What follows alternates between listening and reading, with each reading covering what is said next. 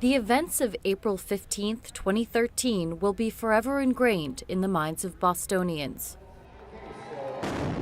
When two bombs planted at the finish line of their beloved marathon went off, killing 3 and injuring hundreds.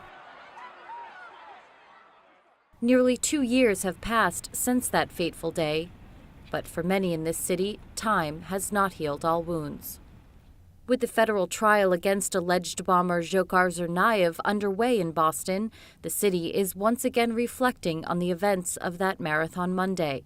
Some residents say they'd rather not relive the tragedy, but Mark Fucarelli, one of 17 people to lose a limb in the bombing, said he will show up to court often, hoping to see justice for the crime that changed his life. What are your feelings about having to relive it all in the trial?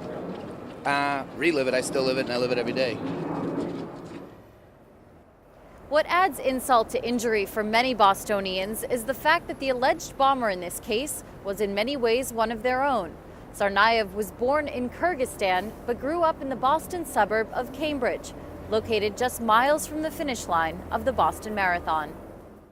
Tsarnaev came to the U.S. in 2002 and became an American citizen, as did his late brother Tamerlan, also a suspect in the bombing, who was killed in a shootout with police days after the incident.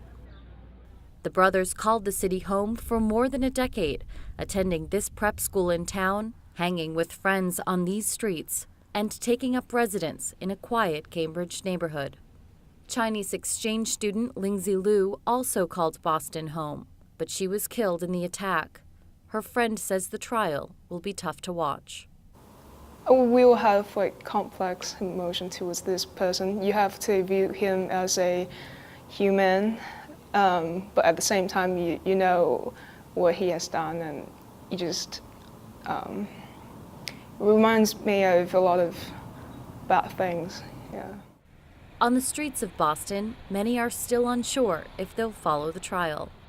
If it's all over the news and everything, I'm sure that it's going to be a difficult moment for everyone.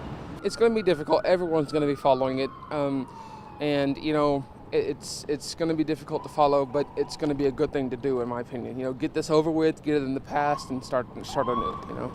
I mean, it's going to be painful, of course, to relive something so traumatic, but I think who could handle it better than the citizens of Boston? 12 of Boston's own will be called to federal court to serve as jurors in the case, while the rest of the city looks on. While some find it difficult to utter the name of the young man who allegedly turned on his hometown, many of those who survived the attack see this trial as a chance for closure. Patrice, Telesur, Boston.